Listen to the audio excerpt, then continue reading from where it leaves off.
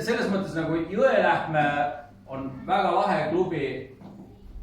Lisaks Annole ja Janarile öeldes, et muust konkureerimist ja tülist ja rivaalsusest minu meelest nagu aisu ei olegi, kui ainult sportlik. Et selles mõttes suur tänu teile kõik Jõelähtme liikmed, kõik koos ja igaüks eraldi selle panuse ja olemise eest ja see asi kõik nagu on selline nagu täna on.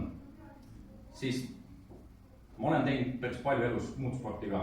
Ma kunagi arvanud, et golf võiks ligida või mingi muu spordiala võiks üldse ligi lähedal saada sellega, mis ma eluaeg teinud olen. Täna ma arvan, et golf ja golfi inimesed on vähemalt minu jaoks sama tähtsad, kui mitte tähtsamad. Ja just sellega ma tahaks jõuda ka oma tiimi juurde. Võtan selle natukene arrogantse ja ütlen, et minu tiim, et kuna ma täna olen kapten, siis on see minu tiim vähemalt täna mega super tiim ja kogu see tiim on mulle tähtsam võib-olla täna kui midagi muud, et kui ma ütleksin, et see ei ole minu jaoks aastas tähtis võita see karikas, siis ma valetaksin, et see on tähtis. Ja see on kogu see meeskonna melu ja olemine ja iga sportlane, kes natuke sporti teinud on, eriti kui individuaalset sporti, siis teadetegi, et see meeskonna võit on kordades magus. Üks väike asigi, Margit jõudsin ka, peale mängu jõudsime kuskil veel natukene sõita.